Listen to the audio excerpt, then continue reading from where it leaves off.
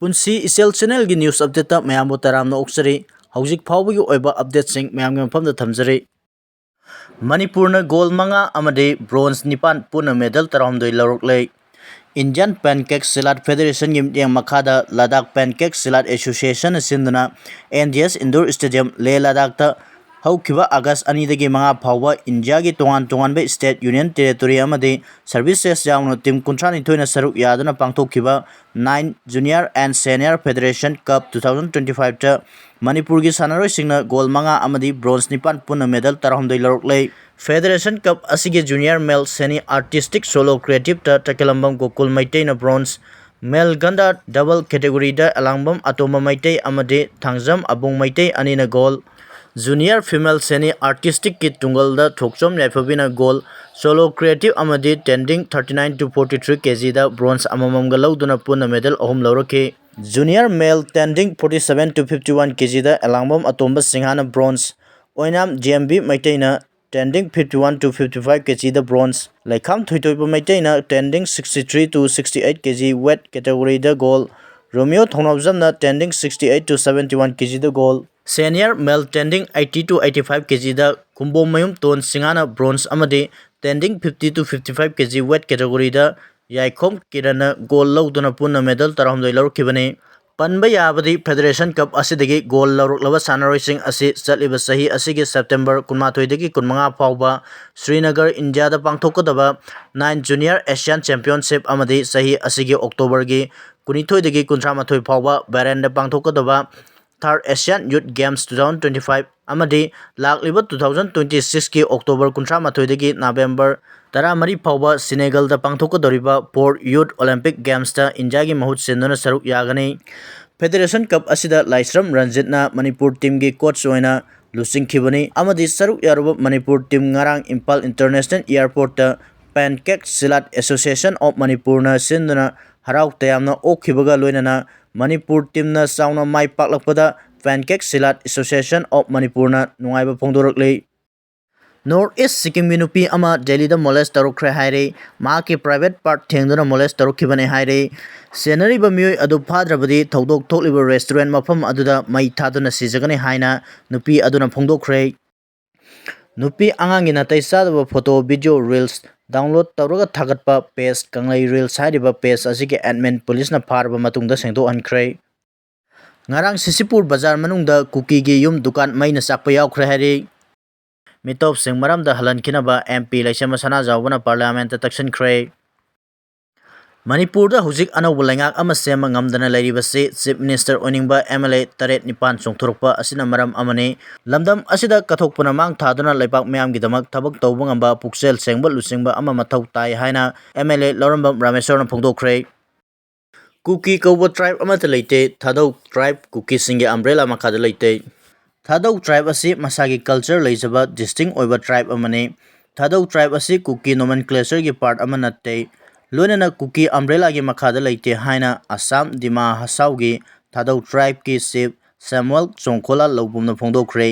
ꯃꯍꯥꯛꯅ ꯃꯈꯥ ꯇꯥꯅ ꯍꯥꯏꯈꯤꯕꯗ ꯃꯅꯤꯄꯨꯔꯗ ꯃꯩꯇꯩꯒꯤ CSOꯁꯤꯡꯒ ꯁꯥꯟꯇꯤ ꯑꯣꯏꯕ ꯂꯝꯕꯦꯜ ꯑꯃ ꯂꯥꯛꯅꯕꯒꯤꯗꯃꯛ ꯏꯝꯐꯥꯜꯗ ꯋꯥꯔꯤ ꯁꯥꯅꯈꯤꯕ ꯑꯗꯨ ꯚꯣꯂꯨꯟꯇꯤꯌꯔ ꯑꯣꯏꯅ ꯁꯔꯨꯛ ꯌꯥꯈꯤꯕꯅꯤ ꯋꯥꯔꯤ ꯁꯥꯅꯈꯤꯕ ꯑꯗꯨꯒꯤ ꯃꯇꯥꯡꯗ ꯀꯅꯥꯒꯨꯝꯕꯁꯤꯡꯅ ꯈꯠꯅꯕ ꯍꯧꯕ ꯁ꯭ꯇꯦꯠꯃꯦꯟꯠꯁꯤꯡ ꯊꯣꯛꯄꯒꯤ ꯊꯕꯛ ꯇꯧꯔꯣꯏꯗꯕꯅꯤ ꯏꯝꯐꯥꯜꯗ ꯄꯥꯡꯊꯣꯛꯈꯤꯕ ꯗꯥꯏꯂꯣꯒ ꯑꯗꯨ ꯃꯄꯨꯡ ꯐꯥꯅ ꯁꯄꯣꯔꯠ ꯇꯧꯏ ꯊꯥꯗꯧ ꯏꯟꯄꯤ ꯃꯅꯤꯄꯨꯔ ꯑꯃꯁꯨꯡ ꯃꯩꯇꯩ ꯁꯤꯚꯤꯜ ꯁꯣꯁꯥꯏꯇꯤꯁꯤꯡꯒꯤ ꯃꯔꯛꯇ ꯂꯩꯔꯤꯕ ꯃꯤꯁꯑꯟꯗꯔꯁ꯭ꯇꯦꯟꯗꯤꯡ ꯑꯁꯤ ꯂꯧꯊꯣꯛꯇꯨꯅ ꯀꯝꯃ꯭ꯌꯨꯅꯤꯇꯤ ꯈꯨꯗꯤꯡꯃꯛ ꯆꯞ ꯃꯥꯟꯅꯅ ꯁꯥꯟꯇꯤꯒꯤ ꯂꯝꯕꯤꯗ ꯂꯥꯛꯅꯕ ꯊꯕꯛ ꯇꯧꯃꯤꯟꯅꯕꯒꯤ ꯋꯥꯐꯝ ꯑꯗꯨ ꯌꯥꯅꯈꯤꯕꯅꯤ ꯑꯦꯅꯤ ꯀꯨꯀꯤ ꯇ꯭ꯔꯥꯏꯕ ꯍꯥꯏꯕ ꯌꯥꯝꯅ ꯆꯌꯦꯠꯅꯕ ꯑꯁꯤ ꯅꯠꯇꯅ ꯀꯨꯀꯤ ꯀꯧꯕ ꯇ꯭ꯔꯥꯏꯕ ꯑꯃꯠꯇ ꯂꯩꯇꯦ ꯍꯥꯏꯔꯤꯕ ꯀꯥꯡꯕꯨꯁꯤꯡ ꯑꯁꯤꯅ ꯃꯅꯤꯄꯨꯔ ꯑꯁꯤ ꯊꯨꯒꯥꯏꯔꯒ ꯁꯦꯄꯔꯦꯠ ꯑꯦꯗꯃꯤꯅꯤꯁꯇ꯭ꯔꯦꯁꯟꯒꯤ ꯗꯤꯃꯥꯟꯗ ꯇꯧꯔꯤ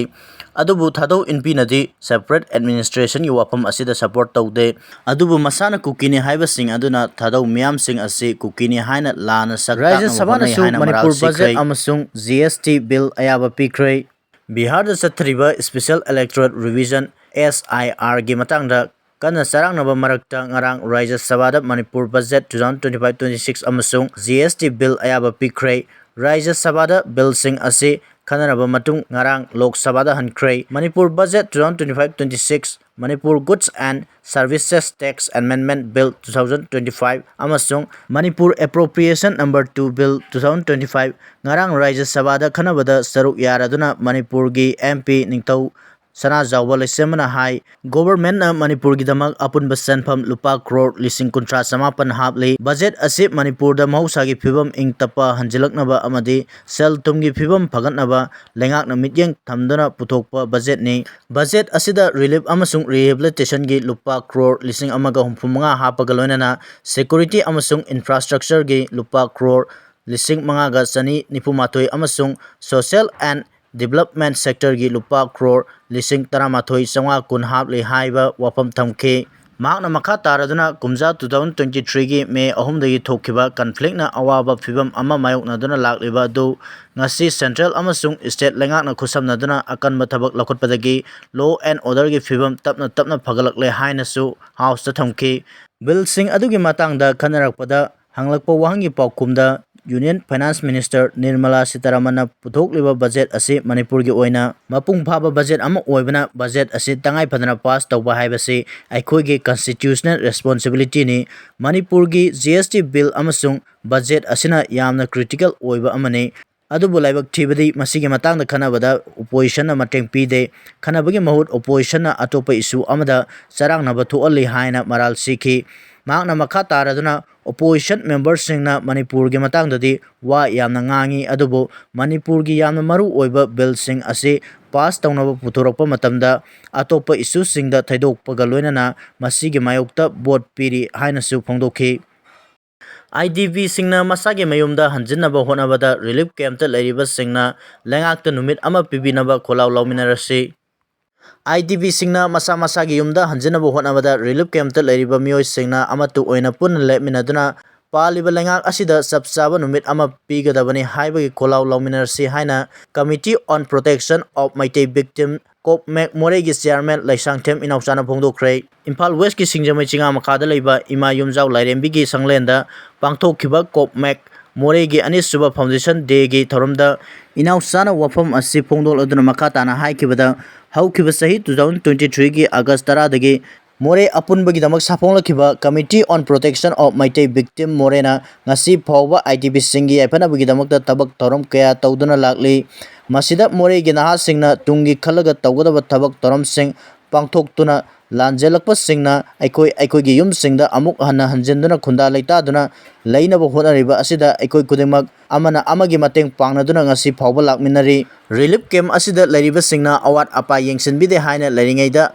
amuksu iramdam moreda sangbagi wapang phongdoktana leriba asi laibak thibani maram aduna aikhoigi horokpham oiriba moreda hanjenduna amuk hanna khunda leita hanba yanaba punna honabinaba sangi madu natrabade aikoi moreda amuk hanjenduna khunda leitanaba honabada awaba kaya orakpa yai haike ngarangi thorom aduda committee asige advisor Y Syam K Kanta R K Surendro L Lukhoi R K Sukha amasung N Kesona athoiba mitunglen sing oikhari